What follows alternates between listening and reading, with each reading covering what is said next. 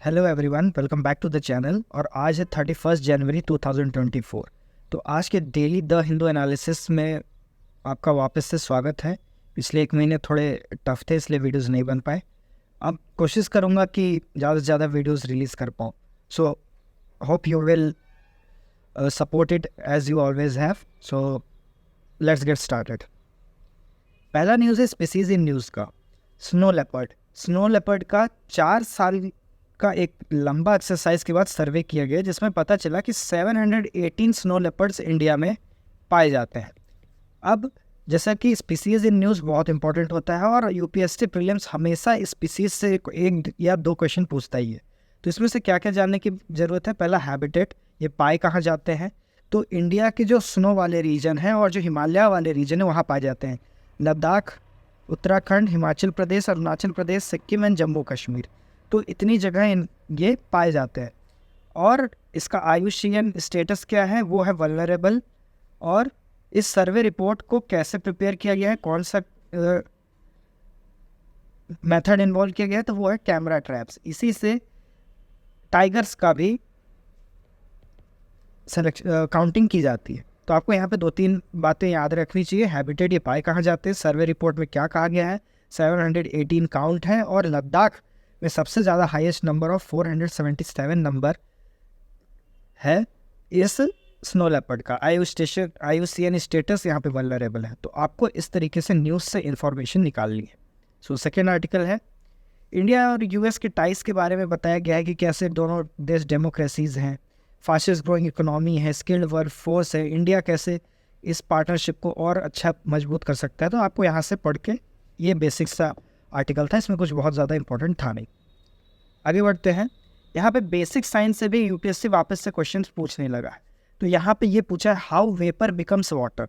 जो रेन का प्रोसेस है, रेन कैसे होता है, तो ये यहाँ पे फैक्टर्स दिया गया है। कौन कौन से फैक्टर्स होते हैं, प्रेशर, टेम्परेचर, और एक होता है हाइग्रो न्यूक्लियाई। तो जैसे कि यहाँ पे डस्ट पार्टिकल्स हैं, वो अट्रैक्ट करते हैं, और जब वो एनफ भारी हो जाते हैं तो फिर वो वहाँ आसमान से गिरने लगते हैं। तो इस प्रोसेस में 3 फैक्टर इंपॉर्टेंट है, राइट प्रेशर, राइट टेम्परेचर और क्लाउड कंडेंस्ड न्यूक्लियाई। ठीक है, तो यहाँ पे आपको रिलेटिव ह्यूमिडिटी का कॉन्सेप्ट पता होना चाहिए। ये सब आपको इंडियन और फिजिकल ज्योग्राफी में पता चलेगा। तो बेसिक साइंस के भी क्वेश्चंस आपको भूलने नहीं हैं, और क्योंकि ये अब वापस से प्रीलिम्स में इनकी इम्पोर्टेंस बढ़ती जा रही है। तो ये एक अच्छा आर्टिकल था जिसको आपको पढ़ना चाहिए।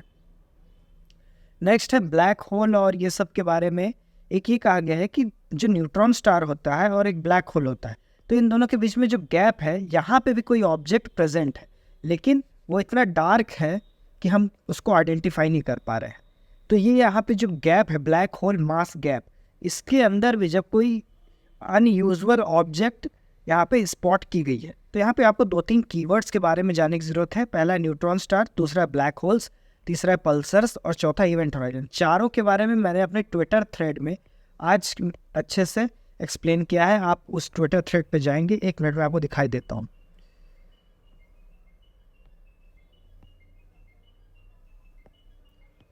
ये है वो आर्टिकल जिसमें मैंने चारों की टर्म्स का डेफिनेशन दिया है कि ब्लैक होल क्या होता है, पल्सर्स क्या होते हैं, न्यूट्रॉन स्टार्स क्या होते हैं, इवेंट होराइजन्स क्या होते हैं, और ब्लैक होल्स का फॉर्मेशन का प्रोसेस क्या है, वो भी अच्छे से दिया है। तो आज आप मेरे ट्विटर अकाउंट में जाएंगे और वहाँ से आपको इस टॉपिक पे नोट्स बनाने हैं अच्छे खासे। ठीक है, क्योंकि ये ऑलरेडी 2023 के क्वेश्चन में आ चुका है। तो 2023 में सेफिफाइड्स क्या होता है, नीबुला क्या होता है, पल्सर्स क्या होता है। अब इस क्वेश्चन को देखते हैं। Giant cloud of dust and gas in space, ये होता है नीबुला।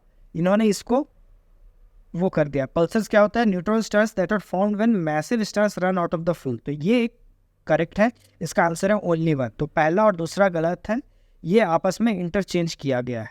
ठीक है, तो यहाँ पे इसका आंसर होगा ओनली 1। तो चलिए आगे बढ़ते हैं। सॉफ्ट लैंडिंग के बारे में बताया गया है, और एक इम्पॉर्टेंट रिपोर्ट IMF पब्लिश करता है, वर्ल्ड इकोनॉमिक आउटलुक। आपको IMF के द्वारा पब्लिश किए गए सारे रिपोर्ट के बारे में बताना है, और सॉफ्ट लैंडिंग और हार्ड लैंडिंग के बीच में क्या डिफरेंस होता है ये आपको बताना है। एक soft landing science and technology में होता है, जैसे कि मून की सॉफ्ट लैंडिंग की गई थी। ठीक है, और एक इसी तरीके से इकोनॉमिक में भी सॉफ्ट लैंडिंग का कॉन्सेप्ट है। सॉफ्ट लैंडिंग ये का कॉन्सेप्ट आपको इंटरनेट से ढूंढ के इस कीवर्ड को के अकॉर्डिंग अच्छे से नोट्स बनाने हैं। 1 या 2 लाइन के नोट्स होगा जो कि कीवर्ड्स इन न्यूज़ से क्वेश्चन जरूर पूछे जाते हैं। नेक्स्ट आर्टिकल है 12 forts of Marathas for UNESCO world heritage site के लिए जमा किया गया है। ठीक है, तो ये एक टेंटेटिव लिस्ट होती है यूनेस्को के उसमें, और जैसे कि ये कुछ दिया गया है कौन से कैटेगरी में, कल्चरल कैटेगरी में। ठीक है, तो आपको इसके बारे में थोड़ा सा जानना चाहिए, और मराठा एम्पायर के बारे में हिस्ट्री से पढ़ना चाहिए, और यूनेस्को साइट्स इन इंडिया जो कि कल्चर का पार्ट है। तो यहाँ पे कुछ यूनेस्को साइट्स हैं जिसका आपको पूरा याद होना चाहिए, जैसे कि यूपी में कितने हैं, कुछ आगरा फोर्ट है, ताजमहल है और फतेहपुर सिकरी है, ये 3 हैं यूपी में। बिहार में नालंदा है, बोध गया है। महाराष्ट्र में एलिफेंटा केव है, छत्रपति शिवाजी टर्मिनस है, एलोरा केव्स है, अजंता केव्स है। इस तरीके से आपको सारे यूनेस्को वर्ल्ड हेरिटेज साइट्स के बारे में पता होना चाहिए। तो इस आर्टिकल से आपको ये समझ में आया। एक रिपोर्ट आई है करप्शन परसेप्शन इंडेक्स, जो इसको रिलीज़ करता है ट्रांसपेरेंसी इंटरनेशनल, जिसने ये कहा है कि जो पब्लिक सेक्टर करप्शन कितना है, तो इंडिया का रैंक है 93 आउट ऑफ 100 नेशंस, यानी इंडिया बहुत करप्ट है।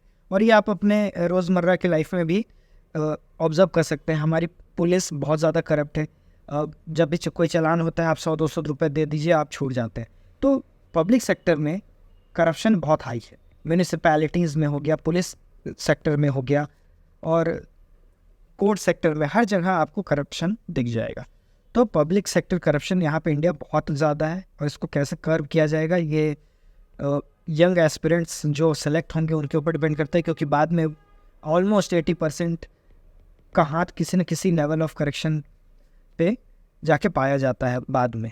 तो ये था एक report corruption perception index bye transparency international. Next एक एडिटोरियल दिया गया है जिसमें इकोनॉमिक सर्वे जो हर साल पेश किया जाता है वो शायद इस साल नहीं पेश किया जाएगा। वहाँ पे बताया गया 10 ईयर का रिपोर्ट कार्ड क्या है मोदी गवर्नमेंट का। तो ये उसके बारे में बताया गया कि कैसे पहले जो इकोनॉमी थी वो किस पेस से ग्रो कर रही थी, 2014 के बाद कैसे 7% ऑन एन एवरेज को टच किया है, ट्विन बैलेंस शीट प्रॉब्लम क्या होती है। तो ये एक इकोनॉमी का ओवरव्यू था। अब आपको बजट आएगा तो बजट को बहुत अच्छे से पढ़ना है, क्योंकि ये इंटरिम बजट होगा, क्योंकि अभी ही मई में इलेक्शन होगा। तो ये जो बजट होगा ये इलेक्शन के वक्त तक के लिए है, यानी आगे आने वाले 3 से 4 महीने में गवर्नमेंट क्या करेगी वो इंटरिम बजट होता है। फुल बजट तब आएगा जब वापस से वो गवर्नमेंट चुन के आ जाएगी, तो फुल बजट होता है, और ये हमेशा इलेक्शन ईयर में ही इंटरिम बजट को पेश किया जाता है। तो होप आपको ये समझ में आया होगा। एक ये आर्टिकल है blood mapping of internal female migration. तो यहाँ पे फीमेल माइग्रेशन के बारे में बात की गई है, और पीरियोडिक लेबर फोर्स सर्वे से इस आर्टिकल को उठाया गया है। तो आपको ये सेल्फ रीड करना है, खुद से समझना है कि क्या क्या इंपॉर्टेंट पॉइंट हो सकते हैं। तो ये था आज 31 जनवरी का न्यूज़पेपर, और मैं कोशिश करूँगा इसको जितना मैक्सिमम हो सके अपलोड करने का। So thank you so much for watching and see you soon.